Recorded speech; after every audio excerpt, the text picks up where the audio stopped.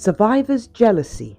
Now, this is a bit of a tricksy one because survivor's jealousy happens because we see it as something that's not very common on the surface, but it's more common than you think. And you see, because we don't recognize people who have survived traumas and who have gone on to be very creative, very caring, very intuitive, and very lovely people. See, we are in the world of the selfie, selfishness, and it's all about me and this competitive nature that we're taking on. So we just clash. We're in conflict. This isn't the way for us to be, and we wonder why things get so difficult. Well, when we want to downplay and whitewash people who survive some of the most horrendous traumas, why do we do that? It's because we're so disconnected from it. We'd rather not try and go through that uncomfortable journey. We'd rather maybe take it out on others and try and sneak our way through. And there are a lot of people that have been guilty of doing that, hence why we are where we are now. Basically, people that won't carry their own weight. They want to put it on other people. People that don't want to carry the disappointments and traumas that have happened to them. So they want to find a place to dump it. That is the new norm.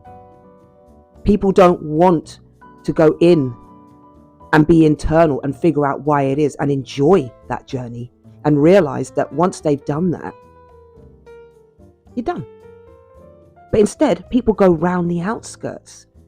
They try to avoid the inevitable.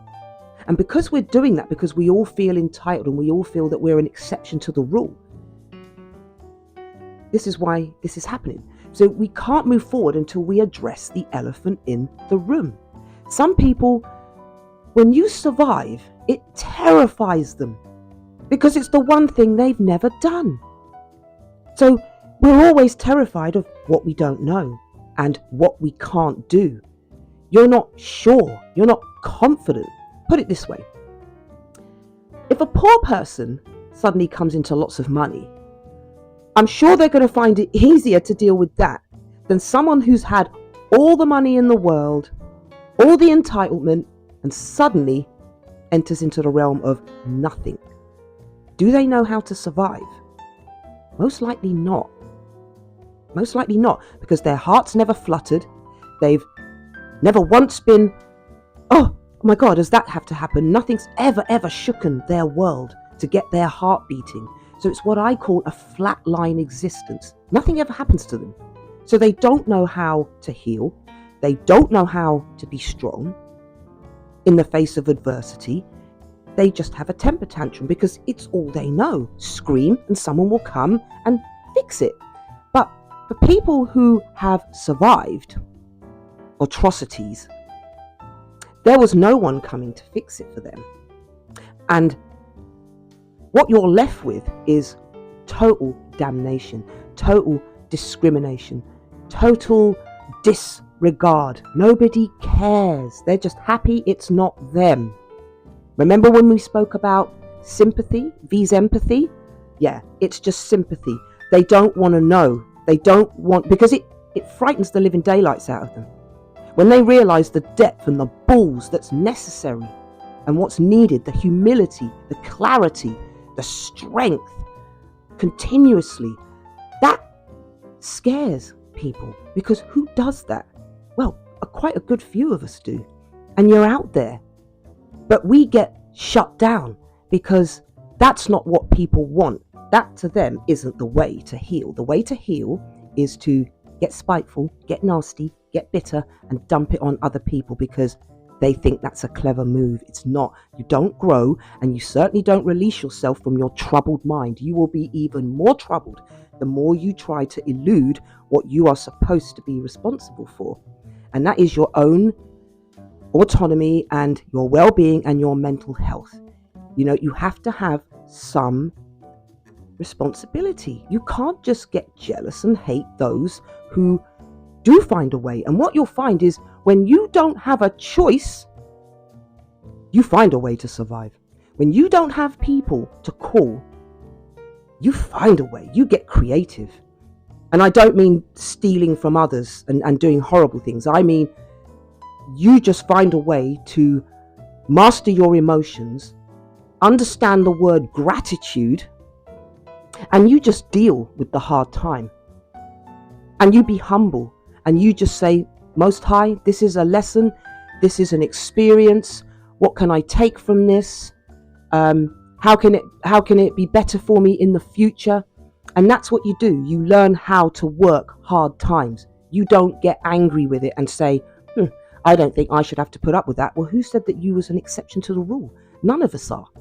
And because we think it's okay to dump our insecurities, our traumas, our pain and our anguish onto other people because we feel, I don't like the fact that that happened to me. Nobody does. No one likes that happening to them. But it is what it is, and you got the card that you got. And so when you get someone that can just accept that, because it's all about acceptance, that terrifies people because they can't.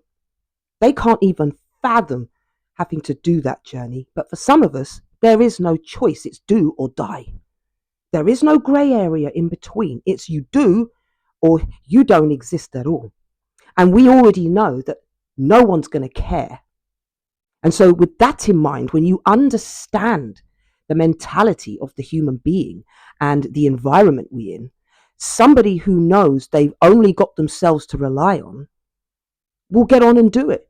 They won't fuss and flap and moan and scream. They'll just be right there on the underbelly of life, getting on with it, being unnoticed. And that's what happens with survivors. We go unnoticed. So people only recognize you when you're at the top, when you've succeeded. And then they're all there clapping with you, but they weren't there on the journey. They certainly weren't there at the beginning. And they weren't there in the middle, but they happen to have overheard how well you've done recently. And then they understand and they get to listen to your story. And then they want a part of that. But they only understand being a part of the ending. They don't understand your turmoil. They don't understand at all what you went through, nor do they want to. Nor do they want to, because to most people, going through that is a negative rather than seeing it as a positive of growth. So everybody runs because nobody wants to endure that. But there's so much to learn from someone who has had to self-heal, deal with society, deal with people, deal with being alone, deal with being the black sheep, deal with being the outcast, deal with the fact that they're not going to receive any help on any kind of level, and most people are expecting you to die. So when you don't die and you don't end up being in that perceived mentality that people would expect you to be in after you've gone through hell, you still look gorgeous, you're still holding down your career, you're still working on yourself. You know, they don't like that. You look gorgeous. And most importantly, you've got a beautiful heart. It hasn't changed you. It's changed you for the better, not for the worse. Oh, yeah, again, jealousy. They can't stand that. You're supposed to be on the floor. You're supposed to be bitter, angry, horrible. Yeah, so everyone can have a nice gossip about you. Oh, do you remember when they used to be this? Oh, they're not that anymore, though. Oh, they love it. They love it because they've got energy and effort for that. But they weren't there when you needed them. They were just stood there on the waysides, looking and hoping and waiting for you to fall flat face in the gutter. They can't stand it because they don't know it. They've never had to do it, and it shits the life out of them because one day they might just have to. And that's what we're there for.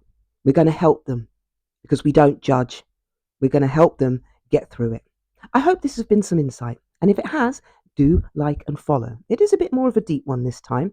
So I hope you found it useful. And as always, my darlings, have a wonderful day and Jah love.